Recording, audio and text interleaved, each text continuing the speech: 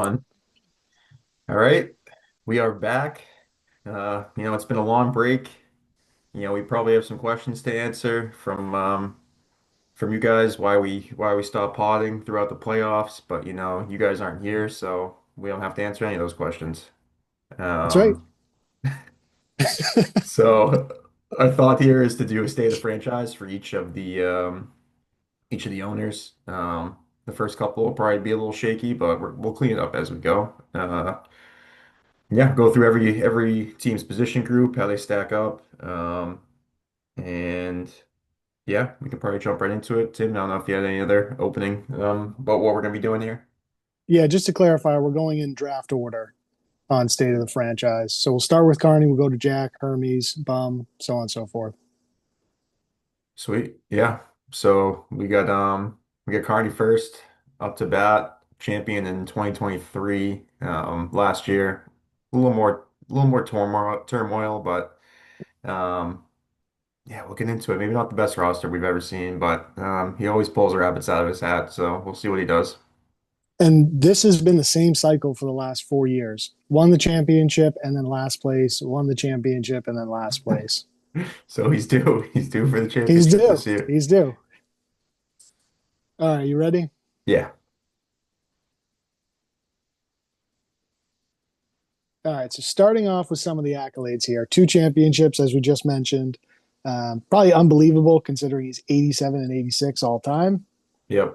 Fourth most wins of all time. Again, just unbelievable with the eighth most points of all time. And to point out, that's the worst of all the teams who have been in the league since inception. Yep. Three division So titles.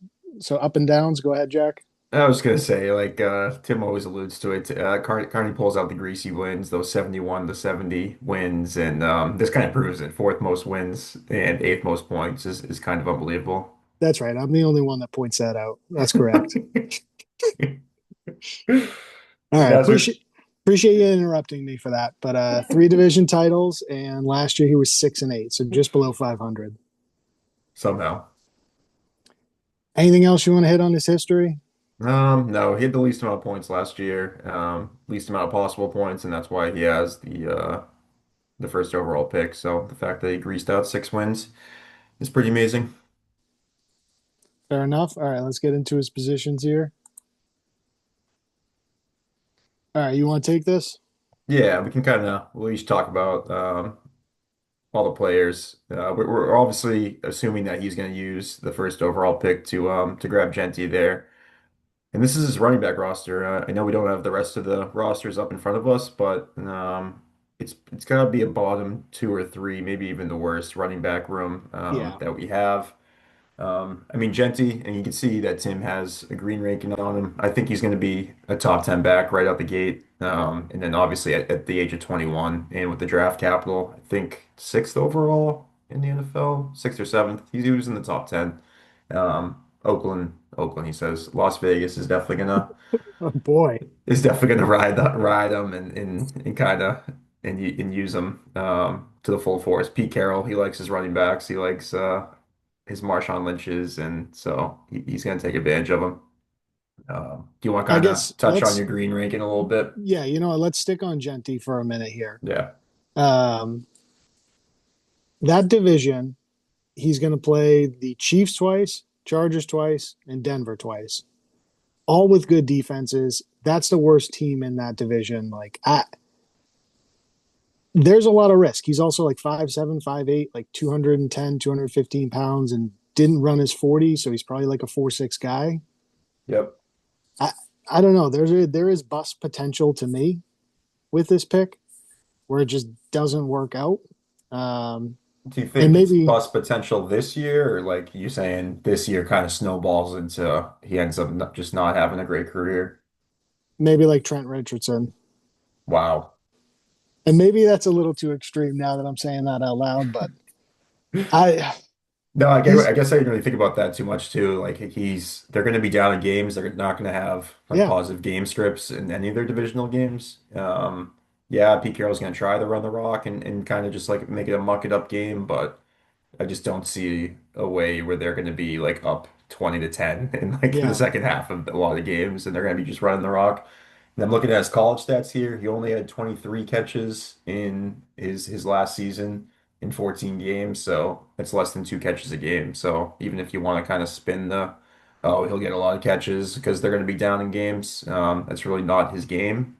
Um, so, and I think who did they sign? Did they bring in Mostert this year? They might have brought in Mostert as well to kind of be that third down back and kind of be that change of pace. Um, and I know they had a couple backs last year that they were maybe McCormick, if I'm remember correctly. So I mean, Lauby, the kid out of yep, New Hampshire. UNH, yeah. So I mean, it's not the best running back room, but it's not like they have a bunch of nobodies behind them. So yeah, it should be. I agree with you there. I think this next year maybe he's not. At the top of it, I said he's a top 10 this year, but you kind of talked me out of that where I can see him kind of being like a top 20 back this year. But I still like his future prospects here, maybe in future years when Yeah, Las Vegas starts to build the team up a little bit. we'll Um, see. And maybe we should just explain the rankings again, just so everybody oh has yeah, some good call. context. So we have blue, that's the highest ranking. That's a blue chip player for running backs and receivers. That's a top 10 guy, locked and loaded. Purple is a fringe top 10 guy. So probably like a 15 to 10 with the upside to be a blue chip player, has to be younger. Yep. And then we have green, so top 20 for wide receivers and running backs. And then teal, which is the same thing as purple. It's like a top 20 to 30 guy who has the upside to be a top 20 guy. And then Yeah, I think we have like yellow too. yep. I was gonna say on the teal, yeah, it's usually like you said, younger guys that maybe haven't broken out yet and have like that kind of upside where maybe they just need the opportunity to get in and can be a top 20 guy in future years. For teal, and then yeah, as you mentioned with yellow, top 30, and then black is just kind of NA, not ranked outside the top 30 Yeah. for running backs and in wide receivers. Um, so yeah, we want to kind of talk about these 3 to 4 running backs who honestly are very, I would say, very similar situations. Like all of them, like they're Yep. all in that kind of age bracket, like 26, 27, where you expect them right now to be in their prime. But it feels like their teams just don't trust them and keep bringing in and drafting new guys to kind of take over. I mean, they've all 3, 4 of them have shown potential, um, and have been kind of the lead back at times in the past few years, but just haven't kind of fully taken advantage of that situation. So I don't know if you want to touch upon a few of them, one of them, all of them. You can kind of go where you want. I think maybe Travis Etienne, because that's probably the one that we had a dispute on. Yeah. And I know that they drafted someone this year. They obviously Hmm. have oh my goodness, what's his name? Bigsby, Tank. Bigsby. Thank you. Yes. Thanks, Bigsby. I have him as a yellow, so like a top 20 to 30 guy. You have him as green. I think he's on the final year of his contract. Yeah. So that's another flag where like where does he go after this? If he has a bad season, I think he's like a backup or change of pace guy the rest of his career. Hmm. Um, yeah, I think the honestly with the final year of the contract, I guess I could see them almost like riding him out this year as well. So maybe Okay. he's a little bit better this year, and then yeah, like you said, next year he kind of just goes into he signs with a team that already has a running back and comes to that change of pace. Um, I like Liam Cohen. I think someone he does a great job with the running backs. I mean, obviously it's a little bit different when you're looking at Tampa Bay's roster versus this roster, but I still think he'll kind of inject some life into that running back room, and someone's going to have to step up. And like you said, I know they drafted, it was a Tutson or something is his name, the running back they drafted, but I'm pretty sure that was a 6th rounder. And someone's gonna have to step up in that room. And I think ETN might be the most versatile. Bigsby's more of a first and second down runner, and Yep. ETN has shown that he can kind of do it all. And he was banged up last year, missed games here and there. So I'd expect him to maybe take control of the backfield where I'd be a little more nervous about the other 3, like Brian Robinson, Stevenson, and Jalen Warren, maybe losing a lot of reps. Um, so I can kind of roll right into Stevenson, where, I mean, obviously the Pats put high draft capital into Travion Henderson, and I know that Henderson is more of a third down running back per se, but he showed in college that he can kind of run in between the tackles too. So I think, I mean, the Pats aren't going to spend a second round pick on a James White third down running back type player. So they Yep. definitely trust him to do a little bit more than that.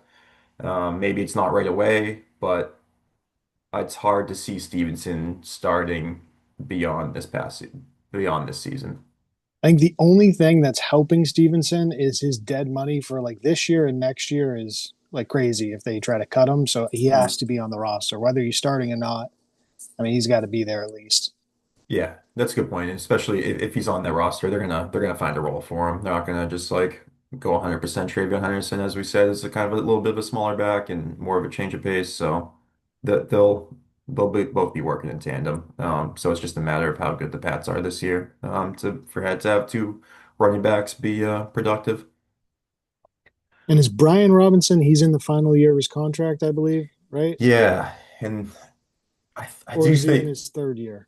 I want to say he's in the final year of his contract, and um, I'm gonna look up Washington's depth chart, something we probably should have done beforehand. But who did they bring? They drafted someone. Am I correct? Or did they bring someone in? Did they? Maybe not. Maybe we're talking our ass, and Brian Robinson's going to be a lead back here with no competition. I know they had Eckler last year, and Eckler actually played pretty well. I expected less from Eckler last year, and he Yep. actually ended up being okay. Yeah, I'm not seeing. Maybe if you want to touch on Jalen Warren a little bit in his situation, I'll look up Brian Robinson, the Commanders depth chart here. Yep. So Jalen Warren, I guess we'll see what happens with that backfield with Caleb Johnson too. Probably helps that Rodgers is there to take away some of the pressure on the running game, open things up a little. I think Yep. Jalen Warren is always splash, but I don't know that he is a guy that's going to carry the rock consistently. Yeah, I agree. I had high hopes that he was obviously on my team for some years, and I had high hopes that that he would take over for Najee, but he just never he had the chances to. He just never kind of grabbed the reins of the backfield, and it was always a split.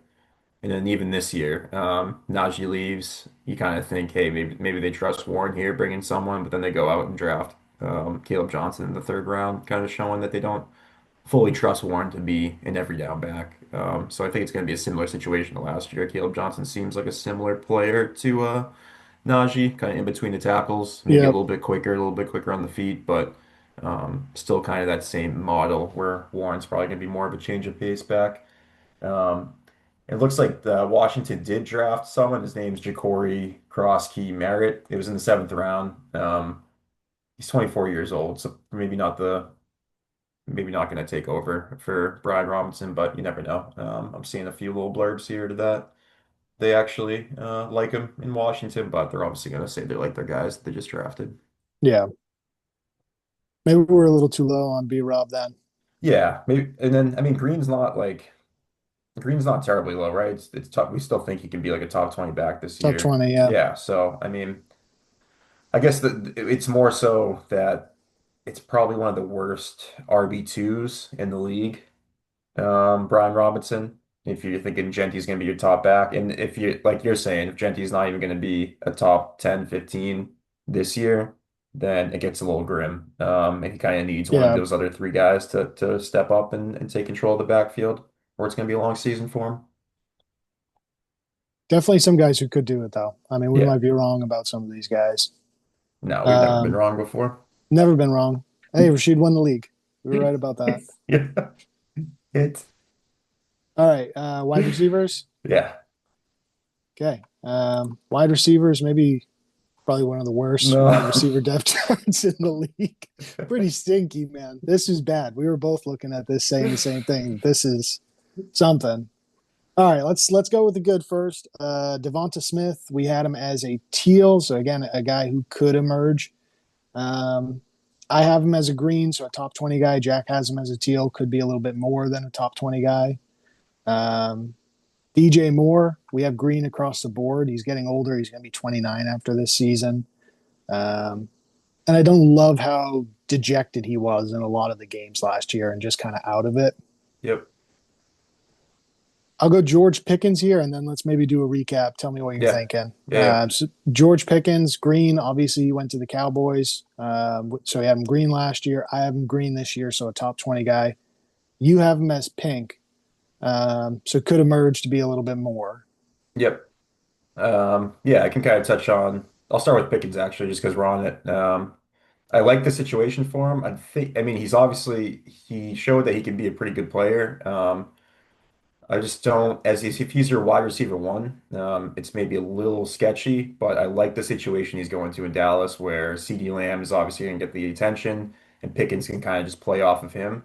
If the Cowboys can get back to their old offense in prior years where they're just kind of slinging the ball and Dak Prescott's, I mean, throwing for 4,500 yards and Pickens he's gonna eat. He's gonna get maybe 1,000, 1,200 yards. And they throw the ball. So he could get, I mean, he's a good red zone threat. He could get 8 touchdowns this next year. And he's still only 24. So I think, do you remember what they traded? Did they trade a third round pick for him or was it not even that much? I think it I was a forget, third but a round third round pick. pick sounds right. So I mean, the fact that they traded a third round pick for him shows that they want to use him. I mean, that's not nothing. So I just think it's more of a bet on Dallas kind of getting back to Yeah, and Dak Prescott getting back to kind of their former self. Obviously, last year they weren't great, but I think Prescott got banged up, and if he stays healthy, I think Pickens could end up being a definitive top 20 guy and maybe with room for some more upside. And I totally agree with DJ Moore. It's a tough situation. I know they brought in Ben Johnson, so you can make the case where maybe he kind of gets back to a couple years ago, his first year in Chicago. Because was last year his last year was his second year in Chicago, right? I'm not making that up. It was last year his first year. no, last year was his second year in Right. He had a good year with Chicago. Fields Yeah, the first year. yeah, Yep. Where he was kind of rejuvenated. Maybe he gets that kind of rejuvenation. He's not as dejected this year. Now that they got rid of that bum of a coach and they brought in an actual offensive mind. Um, but with that being said, I like Rome Odunze to kind of eat into his target share a little bit more. I know they don't have Keenan Allen, but they also drafted a couple weapons yeah. in the first couple rounds. So there's a lot of mouths to feed, and it hasn't been shown yet that Caleb Williams can feed all those mouths. So that's why I think that's why we both have him as a green right now, as opposed to something he's been in the past, a little bit higher. Um, and then Devontae, I still like Devontae as a teal. He's still only 26 years old.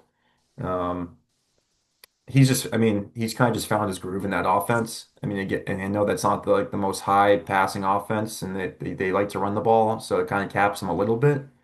Um, But I mean, he's just kind of a dog, and that team's going to be good, and they're going to be in games, and he seems to step up. And if Brown Yeah, ever misses time, then he jumps into like that wide receiver one conversation.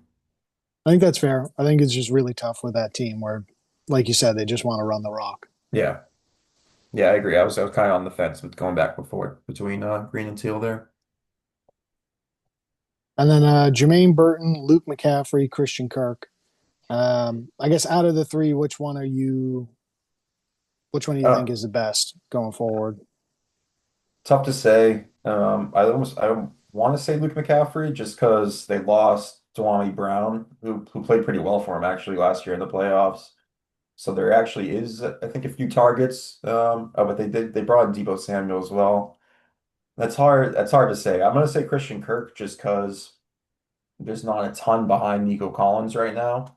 Um, and the reports out of camp, I guess, is Christian Kirk is going to be a security blanket for Stroud, but time will tell. That's a bad offense. It's not a great offensive line last year, and I don't think they brought in a ton to help. So maybe Kirk is that kind of slot guy where he just gets fed like these quick routes, if they're feeling pressure. But even then, it's hard to see him being like more than a top 30 guy. Um, Something to mention for this year. Obviously, we're adding the second flex spot. Um, it's tough. It's tough to find two flex spots for Carney week in and week out. So he's going to need those Christian Kirks to kind of step in and hopefully get like 6 catches for 40 yards and give him his eight Yeah, points. Um, so yeah, how about you? Is there a guy? I know you were obviously a big Burton guy going into last year, but you made a statement and cut him. And I know you like Luke McCaffrey too, but I'll let you kind of touch upon both of them. I think it's Luke McCaffrey. You kind of touched on it. I mean, football family, and he had some decent showings last year. There Yeah. was a couple of times where he got tackled like right at the 1 yard line or 2 yard line. Um, so I think if I were to take my shot on any of these guys, it would be Luke McCaffrey. Jermaine Burton, like what a disappointment, especially after T. Higgins and Chase get signed back. Like I don't know the point of rostering him, but we have larger rosters, so you might as well. Yep. Yeah, I know that was kind of your biggest thing last year, and I'm still stunned that they made it work and signed Higgins, but Yeah, it almost looked like a foregone conclusion that Higgins was going to be gone this year, and Burton kind of step into that role. So yeah, I totally agree what you're saying that like now that Higgins is back, it's hard to see Burton carving out a role. especially who's the other receiver that they have? I'm gonna butcher his name, but it's like Ilyasova, Andre or Yep, yeah, yeah, close enough. Andre Ilyasova. Yeah. He showed, yeah, he actually showed a decent amount last year. All right, anything else to touch on wide receivers? No, again, it's just we're gonna go through every team's roster. Wide receivers, I wouldn't say are easy to find, but probably the easiest position to like find, and it's gonna be hard to find a receiver room that's worse than this.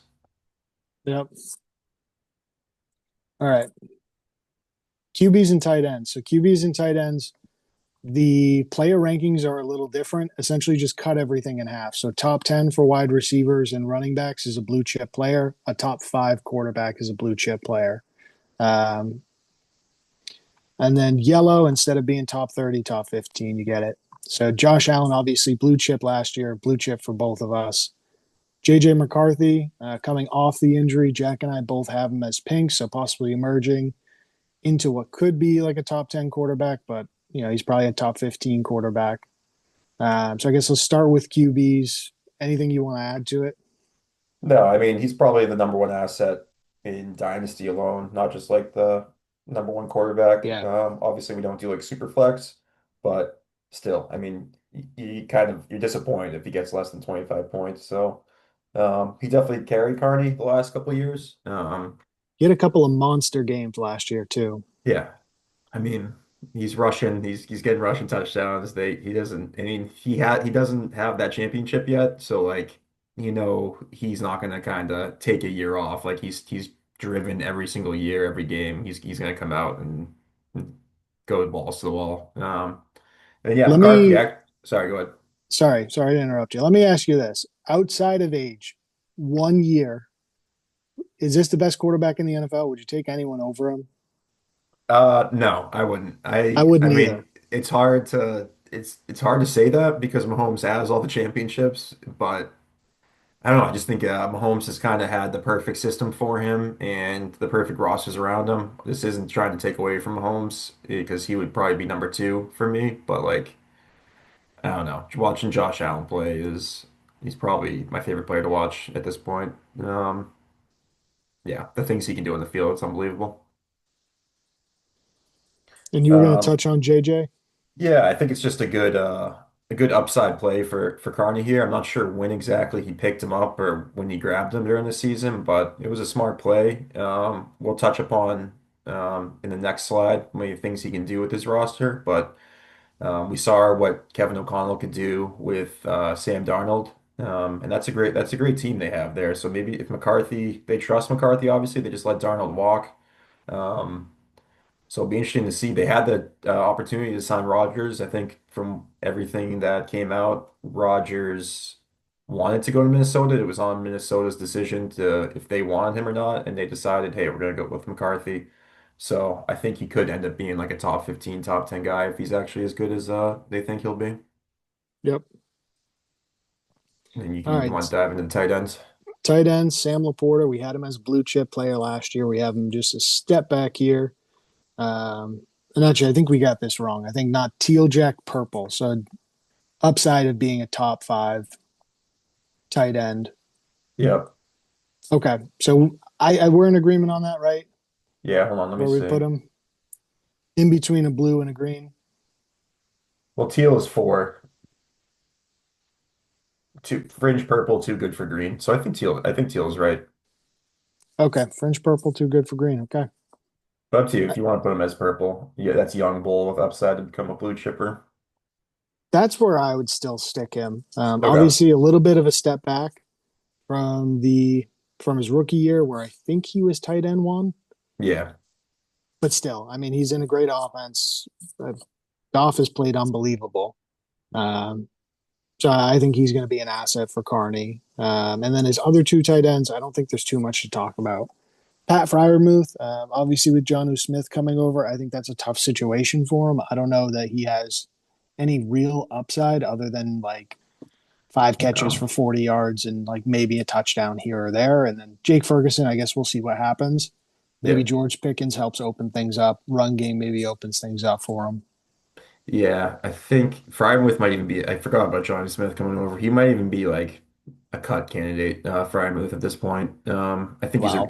he's a really good blocker, so I almost feel like they're gonna just use him as a blocker more so than anything, and kind of have Johnny Smith play that like receiving role.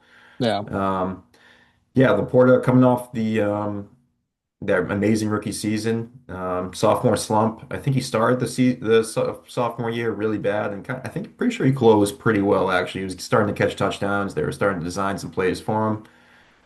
So I'm interested to see. It's definitely the biggest wild card on Carney's team. If Laporta can get back to that blue chip, might help him win some games here and there. I like Ferguson. I actually was flirting with Ferguson as a pink, but I didn't realize he was 26 years old. I think this is his third year in the league coming up, maybe fourth. So I Mm, thought he was a little bit younger, but I think Ferguson showed that he could be a top 10, top 15, right on the fringe there, tight end. I know it gets a little grim past like the top seven or eight tight ends. Um, so maybe he cracks that, but not enough to write home about. So that's kind of a hope more than anything for Carney that Ferguson kind of carve out a role in that offense. Um, and yeah, I mean, this is definitely his best. I mean, we're just combining quarterbacks and tight ends here. This is definitely his best position group, yeah. and something that can carry him to some wins.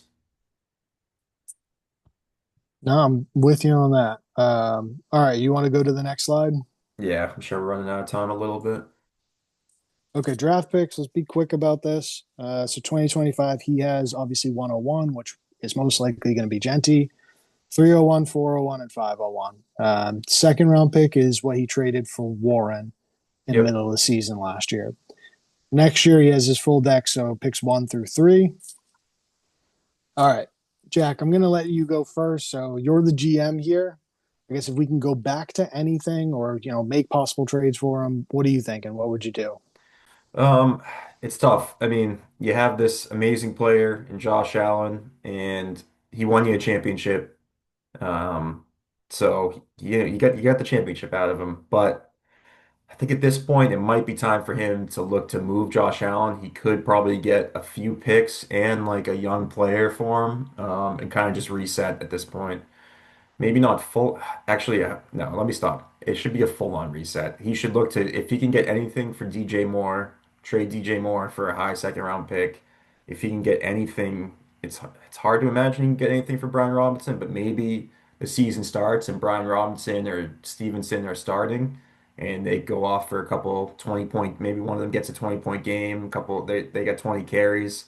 You might be able to dump them off for a second round pick onto someone that's low on running backs. I think it's time for a full reset for Carney. He's kind of, I mean, he got the first overall pick, so it's hard to be like, hey, he's not full on tanking, but he needs to start acquiring more assets, like trading your second round pick last year for Jalen Warren. I get like maybe you think Warren's going to be the running back to starting this next year, but you just kind of got lucky with them drafting someone, but you kind of need those assets, especially when you're not playing, um, you're not winning games. So, Yeah. what do you think? I mean, I'm kind of just saying, yeah, trade here, trade here. I guess I could try to craft up a trade for Josh Allen, but I'll kind of let you go before I do that. Yeah. Can I? So I guess a couple of things here. Yeah. I would look to trade 101 for sure. Wow. You know how I feel about Genty. I think that that is probably not how the rest of the league feels and not how people feel in general. They think Genty is going to be really good. I think I'm kind of on the other side of the camp.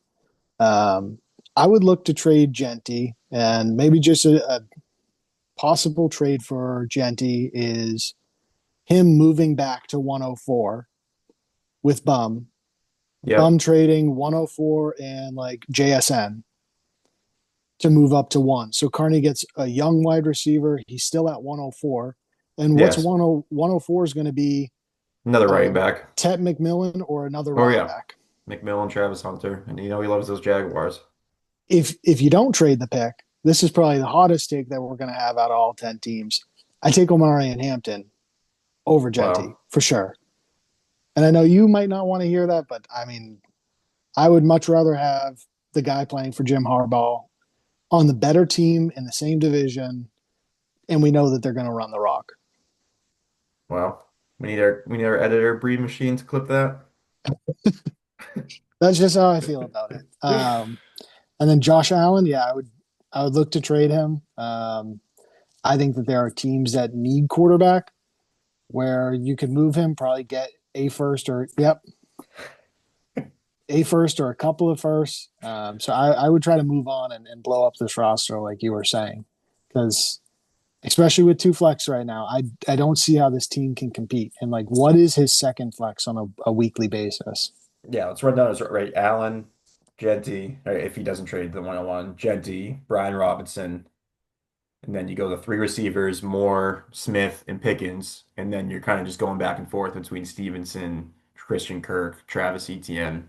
So Yeah, you need at least two of those guys to kind of step up. And you get if you have a bye week, you're starting Luke McCaffrey. and If you injuries have are an going to happen. injury, you're Yep. cooked. Yeah. So yeah, and actually I wanted to point out if JJ McCarthy ends up being that guy too, it makes dumping off Allen a little easier. If even if JJ McCarthy can give you Sam Darnold numbers from last year, Yeah. And um, that's sorry pretty to solid. interrupt. I don't, Yeah, I go don't ahead. know that it's going to be Sam Darnold, but I think JJ McCarthy, like, is probably going to be a top 12 fantasy quarterback this year. And it's not going to be like he's number six. It's probably going to be 6 to 12. Right. But I think he's going to give you stat lines that are pretty decent where you can get by with it, where moving Josh Allen at his peak and getting the most possible value that you can makes the most sense for him. And I mean, he's 29 years old. I mean, obviously, he looks like a superhuman out there, and quarterbacks can kind of go a little bit longer, but how long can he really run like 10 Yeah. times a game and kind of doing all those design runs? Like, he's not going to be doing that when he's 33, 34 years old. So you really Yeah. only have a few more years of that. So, as you're saying, kind of getting the most as high as possible peak right now and getting the most out of it could be a good move for him. Um, So yeah, I mean, it seems like it's gonna be, I mean, if we had to predict it right now, do you want to give a prediction on the record? If he made no moves? 0-14. 0 and 14. I'm gonna go. No, no, no, no. Let me give you a real one. Probably like 4-10, 5-10, or 5-9. I was gonna say 3 and 11. I'll set the over under at 3.5. And you sounds like you would go over and I would get take the that over fourth. on it. Yeah. Okay.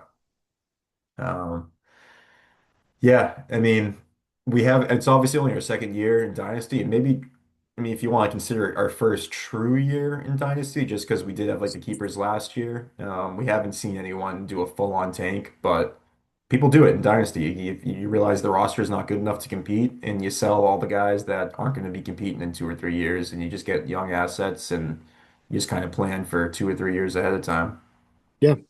I mean, we've seen a couple of people do it recently. Rashid just went through it, and that was like a 2 to 3 year rebuild where he was a middling team at best and took his time, Yeah, built it right. I think paid off. I did a decent job over like a 3 year stretch of rebuilding my roster, and Ryan did the same thing. 100%. Yeah, it happens, and Carney likes to compete, so it's tough to bite the bullet, and that's why he's gotten these 87 wins. He's kind of refused to purposely tank. Um, so I respect it, but it might be time for him. If I was the GM, that's what, hey, you do with your roster. If we're the GM here, what would we do? Okay. Anything else you want to go over? No, I think that's obviously this was our first one, so looking forward to doing the rest. And yeah, good luck to you, Carney. All right. That'll do it for us. Hope you guys have a good day.